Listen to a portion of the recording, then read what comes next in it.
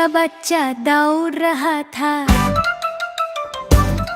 हिरन का बच्चा दौड़ रहा, दौड़ते दौड़ते बकरी के बच्चे से आगे निकल गया। रास्ते में मैना मिला, हिरन के बच्चे ने उसे भी पीछे छोड़ दिया। करीब ही एक नाला बह रहा था,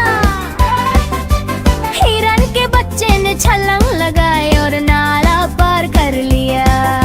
आगे एक पत्थर पड़ा हुआ था, हिरन के बच्चे का पांव उसे टकराया और वो गिर पड़ा। दर्द के मारे उसकी आंखों से आंसू निकल पड़े। बंदर ने देखा, करीब आकर उसके पांव पर हाथ फेरा। हिरन का बच्चा और जोर से रोने लगा। भालू आया और उसने हिरन के बच्चे को उठाया, लेकिन उसने रोना बंद नहीं किया।